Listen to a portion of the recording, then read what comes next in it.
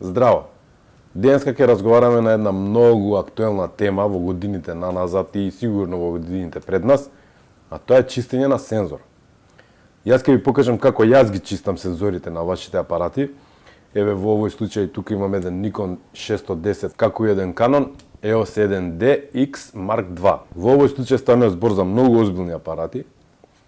Меѓутоа, мојот принцип на работа е дали се работи за апарат од 300 евра или се работи за апарат од 5000 евра, како што е овој Canonов тука. Но во секој случај ќе ви покажам што се ви е потребно за вие ако решите професионално да се занимавате со ова, ќе знаете што да купите, што да одберете. Моја препорака е кога се работи за чистење на сензор, репроматеријалите секогаш да бидат квалитетни и оригинал.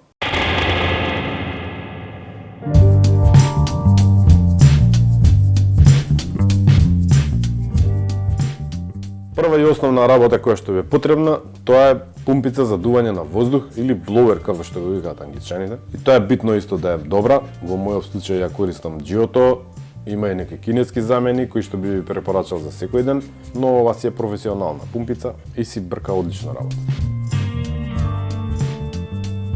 Втора битна работа што јас ја користам е Magic Butterfly со незината четка, која што со помош на статички електрицитет ги привлекува частичките од вашиот сензор. На тој начин сте сигурни дека нема да остане ни една частичка на сензорот која што може да го оштети сензорот, односно да го изгребе во понатамошното чистење.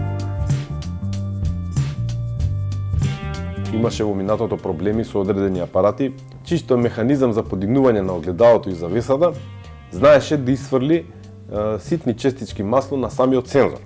Во тој случај мораме да примениме влажно чистење на сензорот и за таа работа ги користам јас овие свабови или не знам како да ги наречам, кои што ги има во две големини, едните се за голем сензор, другите се за помалиот сензор. Ако ги нема овие чистачи за големиот сензор, поарно да купите чистачи за мал сензор и со нив да го изчистите тоа. На овој начин на чистење морате да бидете доста внимателни со отстранување на трагите од течноста на самиот сензор, бидејќи може да се случи да ви останат линии на сензорот и на ведро небо кога ќе сликате да личи како да има облаци или некои нерамнини. И последни во чистењето на сензорот се овие стапчиња. Тие се викаат Corner Swab. Тие се наменети за средување на ќошињата на самиот сензор. Зашто се тие битни? Со големиот микрофибер јас не можам баш добро да пристапам до ќошот на сензорот и не можам најдобро да ги исчистам, и затоа кога све сум исчистил, ги користам овие стапчиња кои што на врвот имаат микрофибер и со нив сум сигурен дека во ќошињата нема да остане ништо. Основна работа без која што јас не можам да почнам со чистење на сензор е оваа лупа со LED диоди на неа. Со незина помош јас ги гледам флеките и точките од ситна прашина на сензорот кои што вие со голо око не може да ги видите колку и да се трудите, евентуално не знам можеби со макрообјектив, но тоа више други води. Оваа лупа е посебно добра и сум ја земал од фотокина пред многу години, затоа што има отвор од страната, преку кој што отвор јас додека гледам на сензорот можам да пристапам со четката и да ја отстранам одредената прашинка ако ми останала една, например. На тој начин ја нема да го замачкам повторно сензорот, па пак да почнем све од ново, него ли делувам на една точка. Пред било што да почнете да правите, батеријата мора да ви биде 100% полна и мора да биде 100% исправна. Зашто е ова битно? Битно е бидејќи под 50% од батерија, апаратот нема да ви дозволи да влезете во модот на чистење на сензорот. А зашто е битно да е исправна батеријата?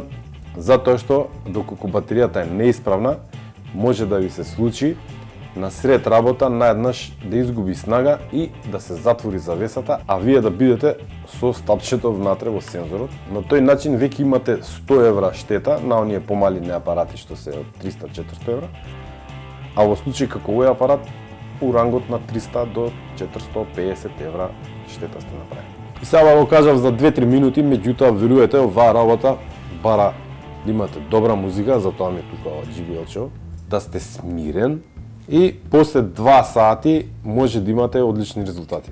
И тоа е тоа. Да почнеме.